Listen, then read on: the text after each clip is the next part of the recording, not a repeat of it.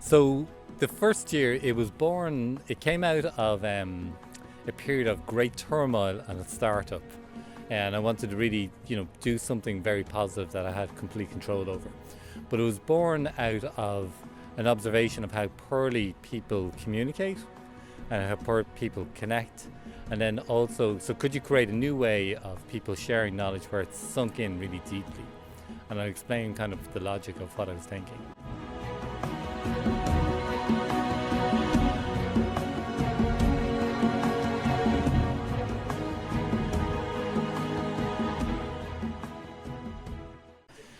And then could you create a peer-to-peer structure where people can connect with each other really easily rather than trying to break in on a coffee conversation that two people are having and find it very difficult.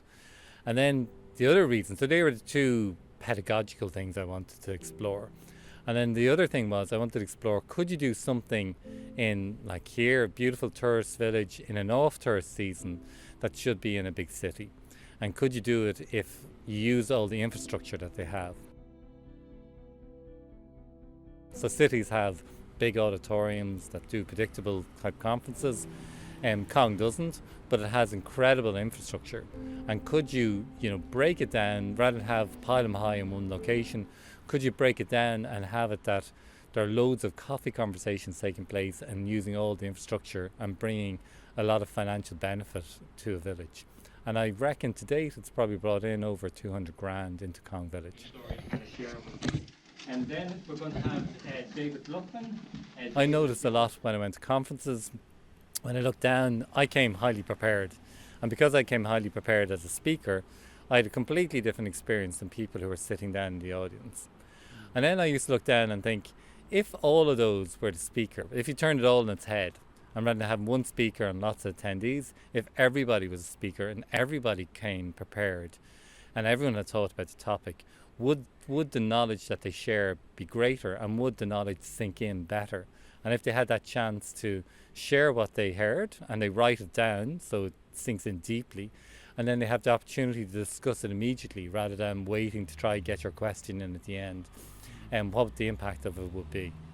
And then secondly, because the structure of putting in submission that gets posted up on the website, it means that people have the immediate calling card that they can, at bare minimum, turn around to somebody else and can go, well, what did you cover? So during the casual breaks that are built into the day, at the worst case scenario, they have the submission that they can talk about. And that's all you need to start a conversation. I've learned a lot about myself and learned a lot from some wonderful people.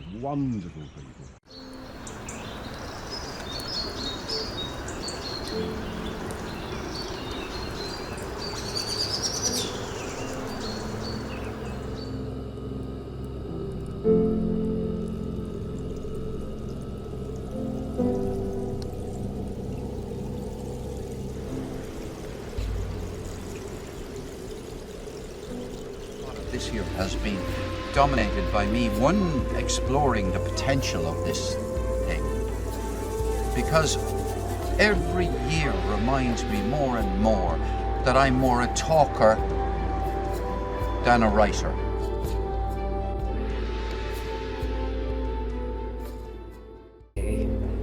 Usually the things that are helpful are the hardest to go to. I would always think I have a little list of things that are never not a good idea. It is always a good idea. Wove itself through me back in October 2013. So I work for myself. Started with this particular one called the ukulele is actually quite easy to get started.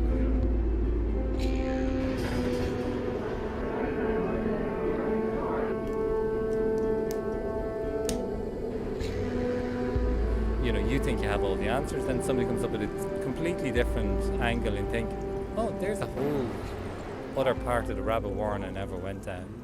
And you see that kind of happen organically in the huddles.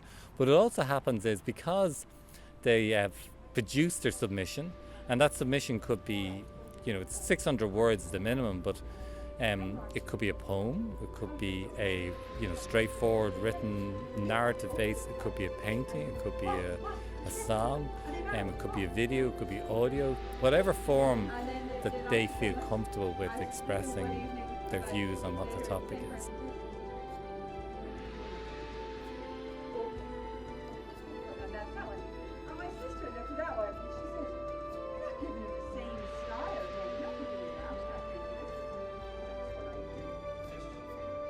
And this year the reality team was actually picked by Joe Mulvihill. All right, okay. Well, I'll say one thing about the last night. It really felt like you had your finger on the pulse in terms of, you know, what people are thinking and what's new. A little bit ahead of the curve, I would say, is what I got from last night. Was this is really like, you know, this is future stuff, and the way people think, very much the finger on the pulse. So thanks again for having us along. Is there anything else that, you know, about CongRegation that we should know, or that you wish people knew? So the things that are built into it that are kind of hard to explain is, one, that you're trying to create a way of getting quieter voices. So I don't police how, when people, or even if they present. So people decide when, where and how they present. And that means that people who will be very uncomfortable standing in front of a bunch of people have an equal opportunity to have their voice heard, and they're not often heard, but they're sometimes the most profound. So it automatically enables that, because they decide when's right. They might discuss theirs as part of the discussion rather than, you know, a formalised use of the 10 minutes.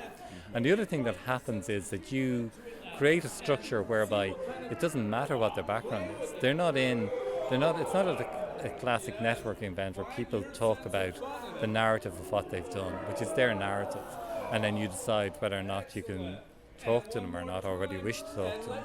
And it's sometimes a false narrative.